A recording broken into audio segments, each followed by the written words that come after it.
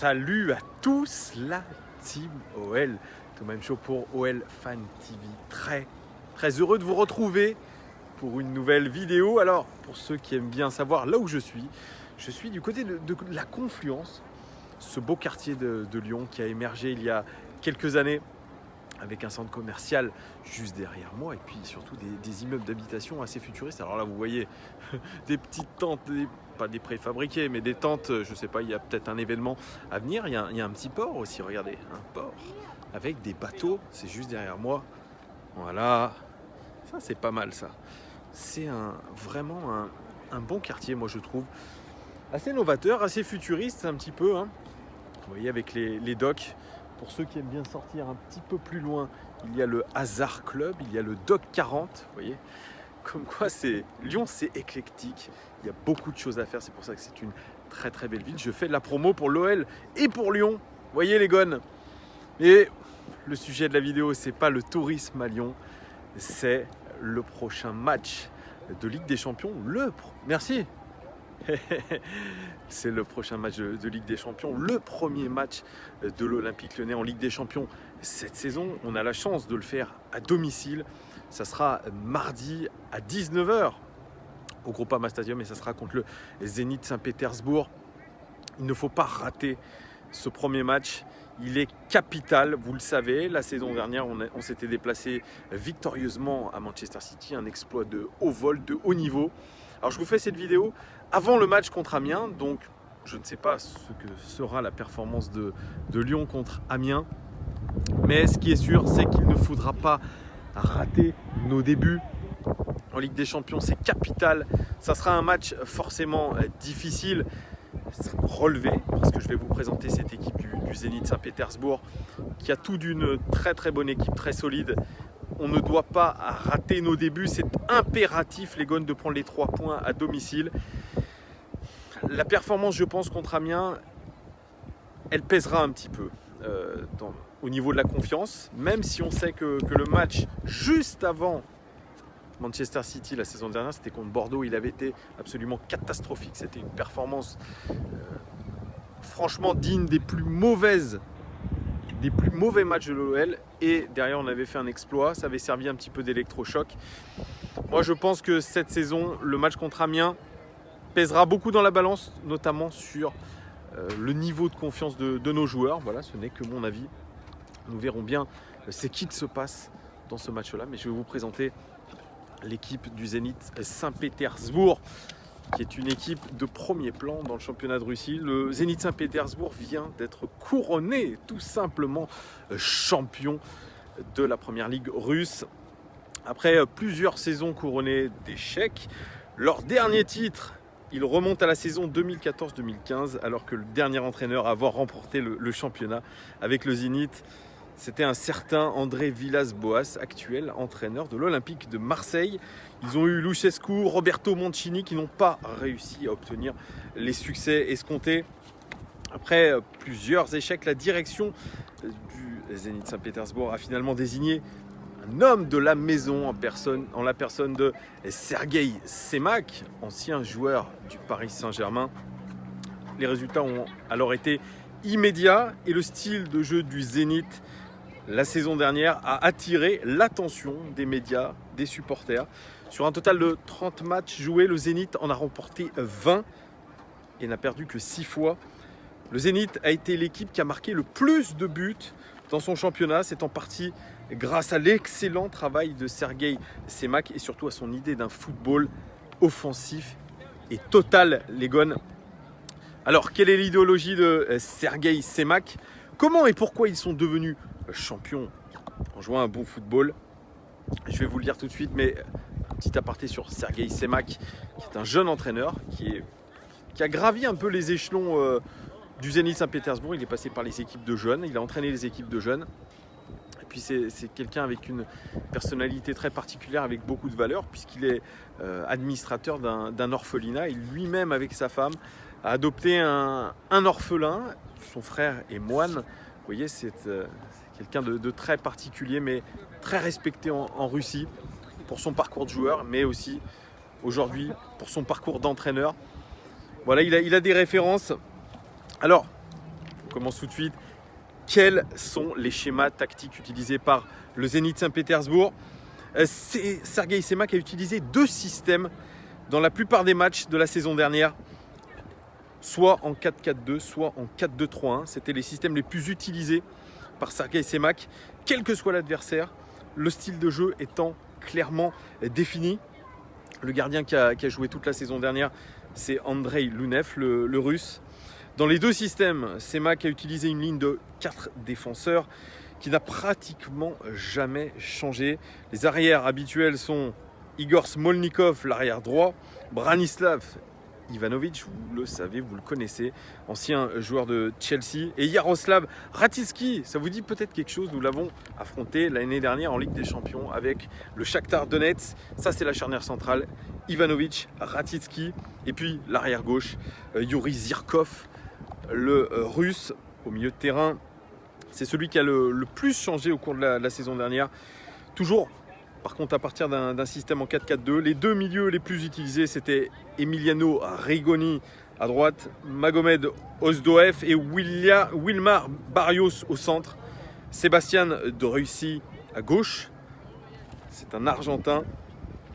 Les attaquants étaient Artem Dzyuba. Vous le connaissez, Artem Dzyuba. C'est un attaquant de la sélection russe, un grand joueur russe, une carrure impressionnante, un joueur en pivot, un extraordinaire buteur. Il avait été pressenti du côté de l'Olympique de Marseille. Et puis, il le partage cette attaque avec Sardan Azmoun, qui est un international iranien, 2e meilleur buteur du championnat russe la saison dernière. Il a marqué 13 buts. 13 buts la saison dernière, c'est plutôt pas mal. Alors 8 buts seulement pour Dzyuba la saison dernière, mais il a été blessé à un moment donné. Je reviens sur le système en 4-4-2, les Gones. Formation 4-4-2, il propose une équipe solide. Sergueï Semak, composé de 2 lignes de 4 joueurs. L'idée est d'occuper la majeure partie du terrain avec 2 milieux de terrain sur les ailes et 2 milieux de terrain intérieurs. Les milieux de terrain à droite et à gauche ont pour fonction de générer des situations de 2 contre 1 avec les défenseurs latéraux adverses. Les milieux de terrain intérieurs doivent couvrir à la fois les couloirs droit et gauche. C'est les Argentins Rigoni et Driussi qui ont cette tâche sur les ailes car ils possèdent de bonnes capacités physiques. Ils sont aussi libres d'attaquer, devenant presque des attaquants par leur projection constante vers l'avant. Les ailiers sont constamment déployés pour l'attaque, ce qui donne beaucoup d'amplitude et de profondeur dans le jeu du Zénith Saint-Pétersbourg. Les arrières du Zénith sont un cas très particulier puisque les 2 ont plus de 30 ans.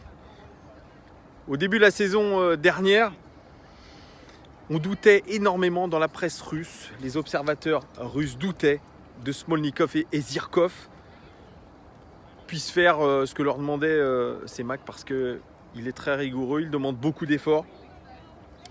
Mais la saison dernière, ils ont ravi par leur performance sur le terrain. Attention à eux parce qu'ils ont beaucoup de coffres. Ils sont habitués à faire des allées et venues, des descentes, beaucoup de courses vers l'avant et vers l'arrière pour les 2 latéraux. Donc on est prévenu. Je passe au système 4-2-3-1. Lors de certains matchs, Sergueï Semak a évolué dans cette formation-là, avec 2 milieux de terrain défensifs, le double pivot, 2 ailiers, un milieu de terrain offensif et un attaquant. La ligne défensive, ça a toujours été la même, quel que soit le système. Les 2 milieux défensifs, le double pivot, était le même, en l'occurrence. Le Colombien Wilmar Barrios. Wilmar Barrios, alors ça, c'est un joueur qui a du coffre. Au début, je me suis dit, tiens, on dirait un Touzard en plus technique, mais alors quel coffre! Il récupère énormément de ballons, Wilmar Barrios, international colombien. Il a une technique qui est vraiment haut niveau, il est très fort dans la relance. Wilmar Barrios, donc comme je vous ai dit, dans ce double pivot, et Ozdoev. Par contre, c'est au niveau des milieux offensifs que ça change beaucoup. On a eu Oleg Chatov qui alternait la position avec Rigoni à droite, et le Brésilien Hernani qui était en alternance avec l'Argentin Driussi à gauche. Le milieu de terrain offensif a évolué soit entre Kusniev ou Moussaïev. Le seul attaquant de cette formation, c'était soit Dzyuba, soit Azmoun. Je reviens un petit peu sur le milieu de terrain de Driussi. Très fort, techniquement, vraiment au point, un formidable joueur de ballon. Ça aussi, vous allez pouvoir l'apprécier. J'espère qu'on arrivera vraiment à le contrer parce qu'il y a beaucoup de. Il est très fort dans le dribble. Il voit très bien le jeu. Il a une vraie belle vision de jeu, l'Argentin. Alors la première caractéristique d'une formation 4-2-3-1, vous le savez, on a évolué la saison dernière en 4-2-3-1 avec Bruno Genesio, c'est l'importance accordée au milieu de terrain défensif, le fameux double pivot. Barrios, comme je vous l'ai dit, c'est un joueur très physique qui récupère souvent le ballon, alors que lui, Ozdoev, est un joueur beaucoup plus technique qui remplit la fonction de relayeur. Il alterne entre attaque et défense. À partir de là, les milieux de terrain sur les ailes ont la même fonction d'attaque aux côtés des latéraux. Mais en plus, le milieu de terrain offensif est totalement libre d'attaquer et de se libérer des tâches défensives. Moussaïev et Kouzaïev ont, eux, une bonne vision du jeu et l'agilité, et surtout l'agilité pour aider et créer des occasions de but. Alors qu'est-ce que c'est le style de jeu du Zénith sous Sergueï Semak ?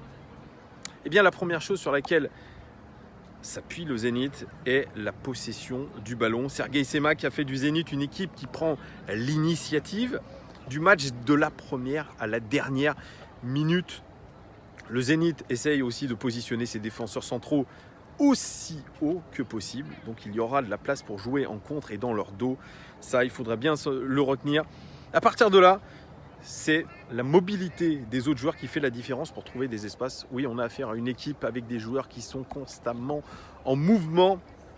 De plus, les ailiers doivent être toujours très écartés pour trouver de la largeur. Vous verrez des ailiers collés à la ligne de touche. Semak souhaitait, avec cette disposition tactique, générer une vraie amplitude permettant de libérer et surtout de dégager le milieu de terrain. Les arrières latéraux doivent être très proches de leurs ailiers pour générer, comme je vous l'ai dit, des situations de supériorité numérique sur les ailes et surtout, je le répète une nouvelle fois, coller au maximum la ligne de touche. Sympa les bruits des canards, hein. On a l'impression qu'on est à la campagne. Alors, dans ce système de jeu, dans le système de jeu de Sergueï Semak, les milieux de terrain sont très importants pour avancer dans le terrain, pour avancer dans le jeu. Milieu de terrain défensif, Barrios et Ozdoev ont été en charge pendant toute la saison dernière de recevoir les ballons entre leurs défenseurs centraux. On a des joueurs de double pivot qui reviennent constamment dans la ligne défensive pour relancer. Ils devaient constamment descendre dans le cœur du jeu et générer une sortie de balle très propre. Et ça, je peux vous dire que vraiment, la sortie de balle, elle est très propre. Ils devaient, voilà. De plus, les amis, ouais, je suis un peu déconcentré parce qu'il y a beaucoup de gens qui passent autour de moi. C'est pas facile de faire ces vidéos dans ces conditions. Et aussi ces deux milieux de terrain défensifs, ce double pivot, c'est le premier relais pour les milieux offensifs. Donc leur tâche, elle est absolument primordiale dans ce système de jeu. Si je résume un petit peu les caractéristiques de ce Zénith Saint-Pétersbourg, leur force, ils savent très bien défendre sur les coups de pied arrêtés. Ils sont très forts pour créer des occasions et ils sont surtout très forts quand ils ont l'avantage. Ils protègent très bien leur avantage au niveau de leurs faiblesses parce qu'ils ont des faiblesses. Alors, ils ont du mal à convertir leurs occasions. Donc ça, on peut s'appuyer là-dessus. Ça, c'est peut-être notre chance. Ils sont pas très bons quand il faut défendre sur des tirs de loin. Ils sont pas très forts non plus quand ils ont affaire à des joueurs très techniques face à eux. Et puis, ils ont du mal à apprécier le hors-jeu parce que je vous l'ai dit, leur défense centrale est très haute. Et c'est un peu compliqué de temps en temps d'apprécier tout ça. Donc, il faudra peut-être s'appuyer là-dessus. Et puis, leur style de jeu global, ils aiment beaucoup envoyer des grands ballons devant. Vous le verrez, surtout leurs défenseurs centraux. Ils aiment bien contrôler le jeu dans la moitié de terrain adverse. Ils attaquent très souvent à droite, je vous le dirai aussi après. Ils adorent posséder le ballon. Et puis ils ont surtout un 11 de départ qui change que très peu. Ils aiment eux aussi jouer le hors-jeu. Ils sont toujours à la limite du hors-jeu, leurs attaquants. Et ce qu'on peut dire aussi, c'est que tous les adversaires qui ont été opposés au Zénith ont joué très agressivement. Donc ça, c'est très important. Je reviens un petit peu au style de jeu avec l'attaquant Dans les deux systèmes utilisés par Sergueï Semak tout au long de la saison, le Zénith a attaqué de la même manière les Gones, avec de nombreux joueurs et générant tout le temps des mouvements d'attaque par les côtés. C'est pourquoi Sergueï Semak a mis un accent très très particulier sur les arrières latéraux et les ailiers, qui sont les piliers fondamentaux du Zénith Saint-Pétersbourg. Généralement, les ailiers ou les latéraux atteignent régulièrement le but, générant toujours une ligne de 4 joueurs attaquants. Ils sont constamment à 4 quand ils attaquent, les joueurs du Zénith. Cela donc oblige leurs adversaires à élargir la zone de couverture pour occuper toute la largeur du terrain. Ça libère beaucoup d'espace pour le Zénith. Aussi, constamment, ils ont un milieu de terrain offensif qui se tenait derrière cette ligne d'attaquants, comme un meneur de jeu. Et ça, ce joueur-là, il était chargé de créer des occasions de but. C'était le cas la saison dernière avec Driussi. Si je prends en référence les 2 derniers matchs de championnat du Zénith Saint-Pétersbourg, on observe que c'est surtout sur la heatmap le côté droit qui est le plus souvent utilisé et qui souvent génère le plus de pourcentage d'attaque du Zénith Saint-Pétersbourg. Retenez bien ce côté droit qu'il faudra absolument protéger.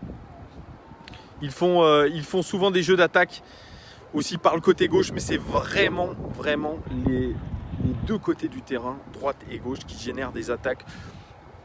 Le milieu de terrain central, c'est pas là où partent les attaques. Vraiment, ils essayent de se retrouver dans des situations de supériorité numérique, comme je vous ai dit. Au niveau de la défense, les Gones, ça aussi, c'est un beau chapitre. Quel que soit le système 4-4-2 ou 4-2-3-1 de Semak, le Zénith a présenté la même structure défensive tout au long de la saison. L'idée de Semak pour la structure défensive était que les joueurs passent rapidement la balle et se replacent en position défensive. Encore une fois, vous avez besoin d'une capacité physique très très importante pour le faire et surtout une bonne disposition tactique. Ce sont des joueurs très organisés. C'est un bloc très organisé qui nous fera face mardi en Ligue des Champions. Le Zénith a utilisé une formation en 5-3-2 pour défendre pendant la majeure partie de la saison. Barrios, c'est l'un des milieux de terrain défensifs qui était, comme je vous l'ai dit, le plus souvent entre ses défenseurs centraux. Ça formait donc une ligne de joueurs de 5 défenseurs. Osdoef, c'était alors le seul milieu de terrain défensif et vous aviez les ailiers, Rigoni, Driussi, qui étaient positionnés au milieu du terrain pour jouer les milieux de terrain intérieurs. Petite conclusion, les Gones. Sergueï Semak a plus que répondu aux attentes en tant qu'entraîneur. Il a pris sa retraite en 2013 au Zénith et depuis il a toujours été lié à cette grande équipe, à ce grand club russe du Zénith Saint-Pétersbourg. Il a toujours été présent. Dans sa première expérience en tant qu'entraîneur de l'équipe professionnelle, il a su dominer son championnat de bout en bout. Et ça, en termes de régularité, c'est assez exceptionnel. Actuellement, ils sont 2e du championnat russe, mais ils ont fait une très très bonne entame. Et ce qui est le plus impressionnant, c'est le style de jeu que Semak a donné à son équipe. Les joueurs, ils ont tout de suite assimilé ce que leur entraîneur voulait réaliser. Il n'y a même pas eu de temps d'adaptation. Après, c'est des joueurs qui sont là aussi depuis longtemps. C'est une équipe qui est stable, qui a fait quand même une très belle recrue cette saison. C'est la recrue, l'ancien des Girondins de Bordeaux et brésilien qui est passé par le FC Barcelone, Malcolm. Malheureusement, ça s'est mal passé pour Malcolm, puisqu'il y a eu des banderoles racistes dès son premier match et depuis il n'a pas trop joué. Alors je ne sais pas s'il est blessé ou alors s'il ne se sent pas bien ou s'il est mis de côté. Bref, voilà, c'était une petite aparté. Le jeu de Sergueï Semak, en tout cas la philosophie de jeu, c'est possession du ballon, proposition de jeu, surtout proposer des actions, prendre ses responsabilités. C'est aussi triangle de jeu, amplitude, profondeur, pressing, attaque à plusieurs et bon football. Voilà. Finalement, c'est ce qu'on aime et c'est ce qu'on aimerait voir aussi du côté de l'Olympique Lyonnais un petit peu. C'est ce jeu un petit peu du football total. C'est pas en tout cas la philosophie que propose pour l'instant Silvino, mais vous voyez, ce Zénith Saint-Pétersbourg atout d'une très grosse équipe. Le seul échec l'année dernière, la saison dernière, ça a été l'élimination en huitième de finale de l'Europa League par Villarreal. Rappelez-vous, Villarreal qui était dans une situation extrêmement compliquée en Liga.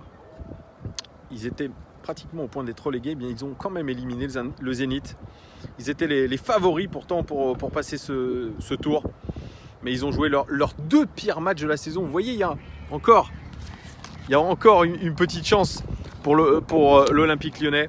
C'est de voir cette équipe complètement déjouée. Peut-être que la Ligue des Champions, c'est un tout autre niveau. Peut-être que c'est une toute autre pression. Ils connaissent beaucoup moins ce genre de match, même si régulièrement, on les a déjà affrontés d'ailleurs à l'époque de Bruno Genesio. On les avait éliminés, mais ça avait été très dur à cette époque. Et la saison dernière contre Villarreal, ils ont perdu sur le global des deux matchs 5-2 et ils ont déjoué d'une manière vraiment spectaculaire. J'ai vu les résumés, franchement c'était une équipe méconnaissable. Alors l'objectif à présent pour Semak et le Zénith, c'est surtout de conserver le titre en première ligue russe et de faire une bonne rentrée en Ligue des Champions, mais avant tout c'est le championnat et ils sont plutôt bien partis. Comme je vous ai dit, je vous ai parlé des zones d'attaque du Zénith. Sur les deux derniers matchs, ils attaquent à 44% par la droite, à 33% par la gauche. Deuxième match, 38% par la droite, 39% par la gauche. Vous voyez, il faudra être extrêmement vigilant, notamment avec cette zone du terrain, les half spaces, là où ils aimeront faire des combinaisons à 2 ou 3 pour essayer de nous bouffer tout simplement les gones. Alors cette saison, un petit résumé statistique, c'est Djouba qui a la tête du classement des buteurs du Zénith, 4 buts, suivent Ozdoev 2 buts, Azmoun 2 buts. Au niveau des cartons jaunes, celui qui est le plus vilain, c'est Ozdoev, 4 cartons jaunes, Ratitski 3 cartons jaunes, Barrios 3 cartons jaunes. Vous voyez, vous avez des joueurs qui sont agressifs sur le terrain, qui n'hésitent pas à mettre le pied. Ouh là là, je vous perds les amis. Est-ce qu'on va me retrouver? Oui, vous me retrouvez, 22 minutes que je parle, vous inquiétez pas, j'ai bientôt fini, mais c'est très intéressant quand même. Celui qui gagne le plus de duels aériens, c'est Djouba.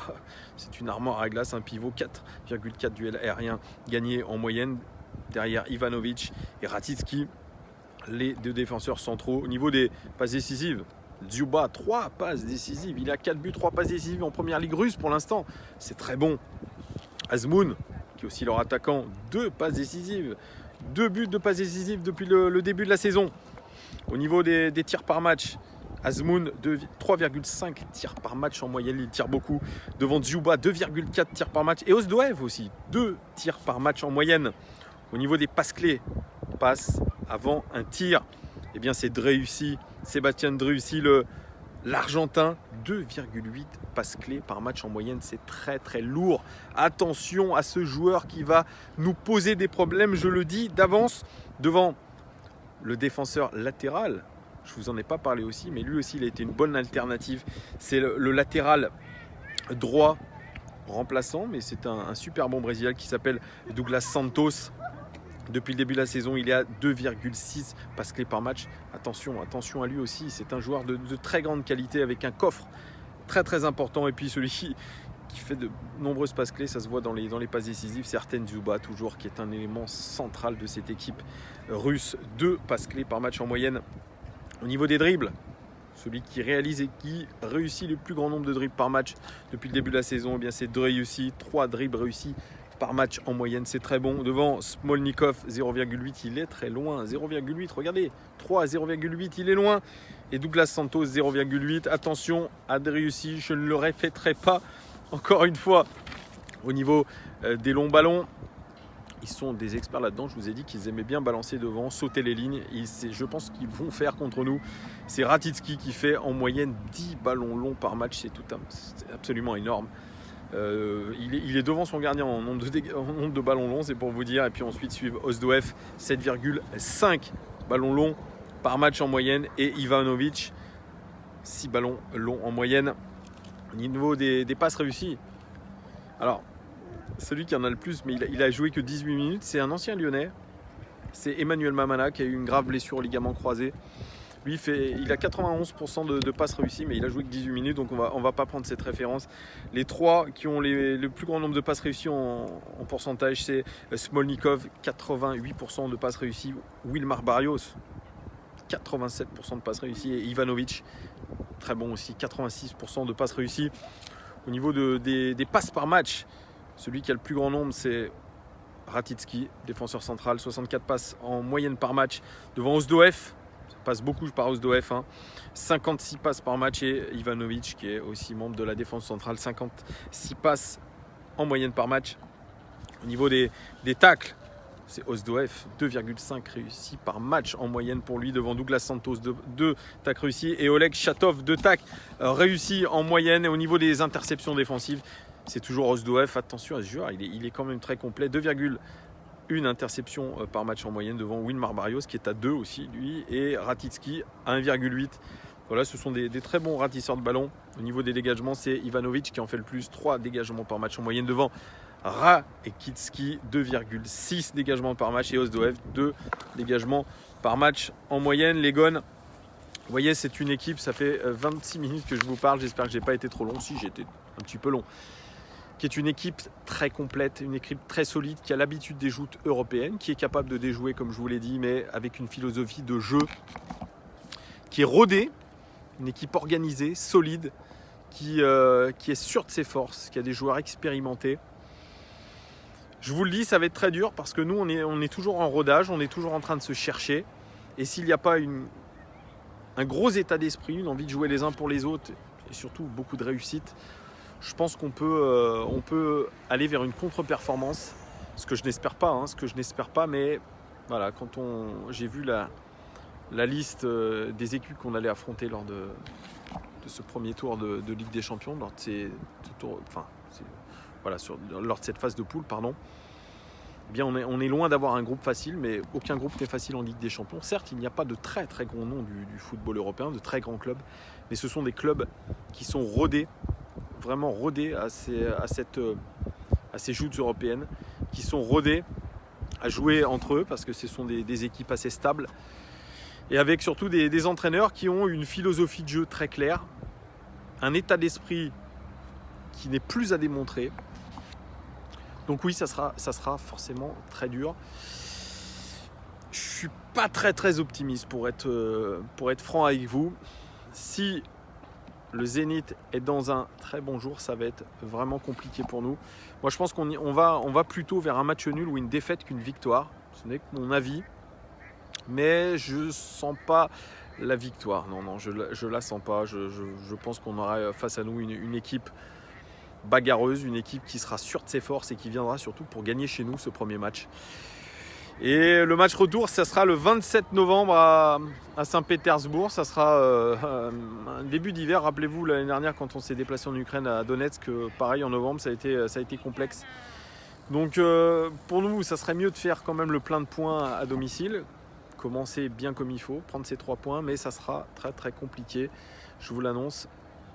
Voilà, on va voir ce qui va se passer. Allez, je pronostique quand même un match nul. Et je vois bien des buts, je vois un 2 partout entre l'Olympique Lyonnais et Saint-Pétersbourg. Le Zénith, but de Moussa Dembélé et but de Oussem Aouar. Voilà, dites-moi vous, les Gones, ce que vous pensez de cette équipe du Zénith Saint-Pétersbourg. Est-ce que certains l'ont vu jouer? Est-ce que ça vous rappelle des bons ou des mauvais souvenirs? Dites-moi le joueur qui vous fait le plus peur, pour ceux qui ont pu un petit peu regarder. Puis surtout, donnez-moi votre pronostic. Voilà les Gones, 28 minutes que je vous parle, c'est un peu long, mais j'espère que je vous ai appris des choses. Merci en tout cas de votre fidélité.